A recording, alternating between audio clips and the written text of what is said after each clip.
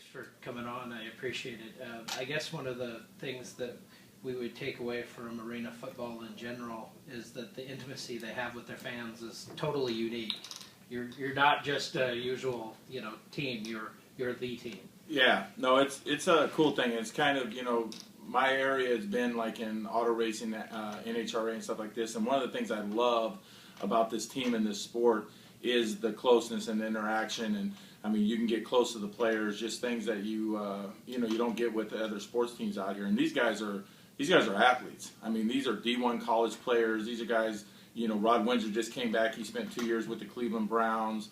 All these guys have NFL experience and stuff. So it's a great sport. I love it. Have you guys kind of embraced the idea of pinball football or what high scoring football comparatively? Because some people try to back away from any kind of criticism, and you guys have gone high scoring. You've gone a little different than normal, right? Yeah, I mean, I think everybody you have in everything you do. There's purists, and these purists, they're going to be.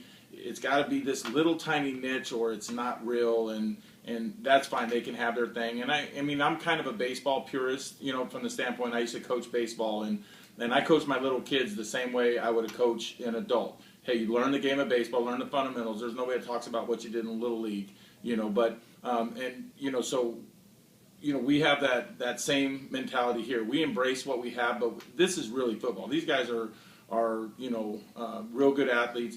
But the difference is we give everybody more of what they want, because who likes a 6-3 football game? But everybody likes a 87 to 70 football game, and so it's a lot of high scoring and stuff. And yeah, we embrace it. I mean, it takes a lot to go out there and score all those touchdowns. Did the legitimacy of being on the NFL, doing some of those things as far as the NFL Network, did that actually help you guys try to reach a wider marketplace? They said it's not just an indoor thing, but it's something I can watch at home and follow.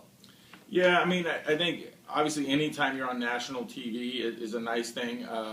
The NFL network deal was really good, and it was great at that time, but we were a little bit, boxed in. We could only run at a certain time and a certain, thing, because obviously their focus is the NFL. Now, even though we sent more people to the NFL than any other team in the AFL, so we're right there, sending like a feeder team to them.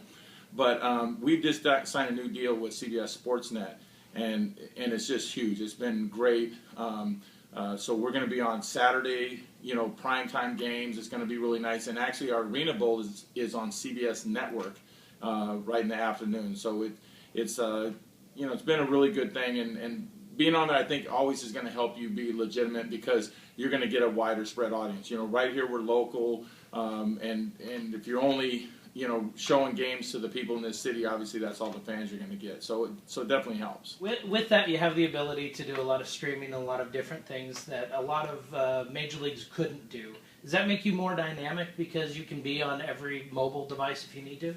Absolutely. That's probably the best thing about this. I mean, it's kind of our little saying when we go to the league meetings and stuff. We call, and believe me, I'm a 49ers fan. I love my NFL, but we call that the no fun league, and ours is the all fun league.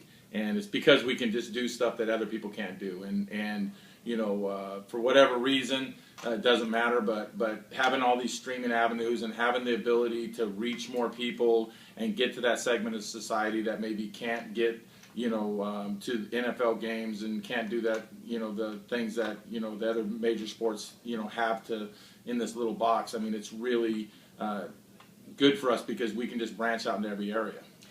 You are one of the few teams that in the arena football that actually has to play against all 4 or 5 major, sports teams in the area for that dollar. How do you guys fight successfully for that?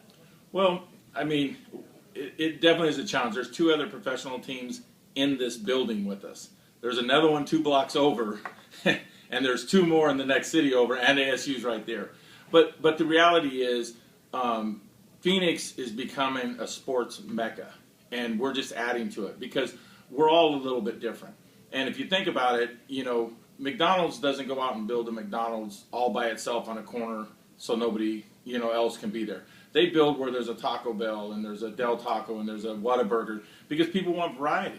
Not everybody wants McDonald's every day. And so for here, I know me, I'm an athlete. I'm at the Suns games. I'm at the Mercury games. I never thought I'd go, to women's basketball. It's great sport. So you get to be exposed to that, and maybe some of these games don't work with your schedule, and you can go catch something else. So I think being that this is becoming a sports mecca, and you can pretty much see any sport you want right here. I mean, MLS is coming too. So I think it just adds to it. I don't think it's a bad thing. So is there any worry of it being a threat, though, that a new organization's coming in and becomes the hot ticket? Or how do you make sure that you divide yourself enough to where you've cornered the market on your fans? Well, I mean, I think one thing about our fans is they're loyal. And again, I come from racing, and there's not many fans that are more loyal than racing fans. And but the AFL really is. And I think it's because a lot of times when you get what people call a niche sport, it's a specialized sport, people really, they embrace that and they take it and it's their own. And so, and I go to the Cardinals games and I see a lot of our fans, they have Cardinals season tickets. And I go over to the Diamondbacks and I see them over at the Diamondback Stadium. So if you're a sports fan, you just like going to sports. I mean, gee, I went and watched lawnmower races one time when I was in Alabama. Seriously, I was at a hotel and they said, yeah, lawnmower race. I went down there and these guys have souped up Craftsman lawnmowers, and they're, rolling around the grass at like 45 miles an hour. If there's a competition, I'm watching it. Right outside our door, where there's people hustling and bustling for season tickets. Is the selling of season tickets going to change, or is how we actually sell them via phone going to change? No, I think it's already changed, and one of the nice things for us is we're here with the Suns, and the Suns are very innovative in how they're doing stuff. They have ticketless systems now where you don't even have a ticket anymore.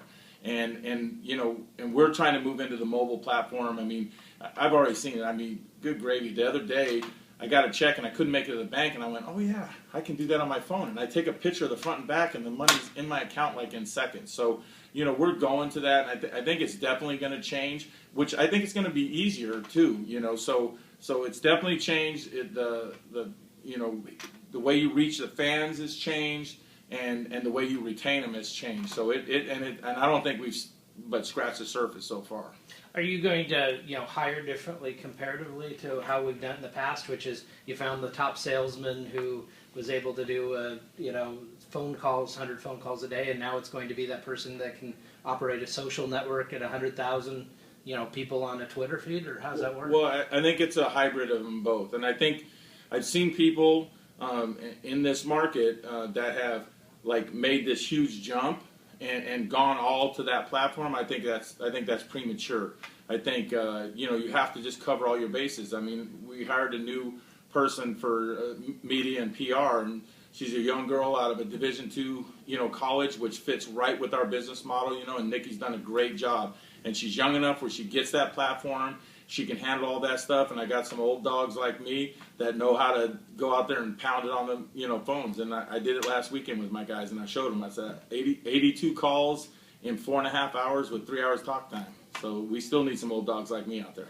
Have we seen an end of the idea that people are just going to show up at the doors without a selling in advance, or is that still out there, that people just think that walk-up crowd's going to be king? No, I think walk-up is. I don't think any single part of it is king, especially anymore. I think walk-up's important. I mean, it's getting it out there, especially in this market. This market is kind of I won't say wait till last minute type, but it's almost like that. They're not really sure what they're going to do, and the walk-ups have been really big here. So I think that's always going to be important, and especially when you're in a downtown area like this.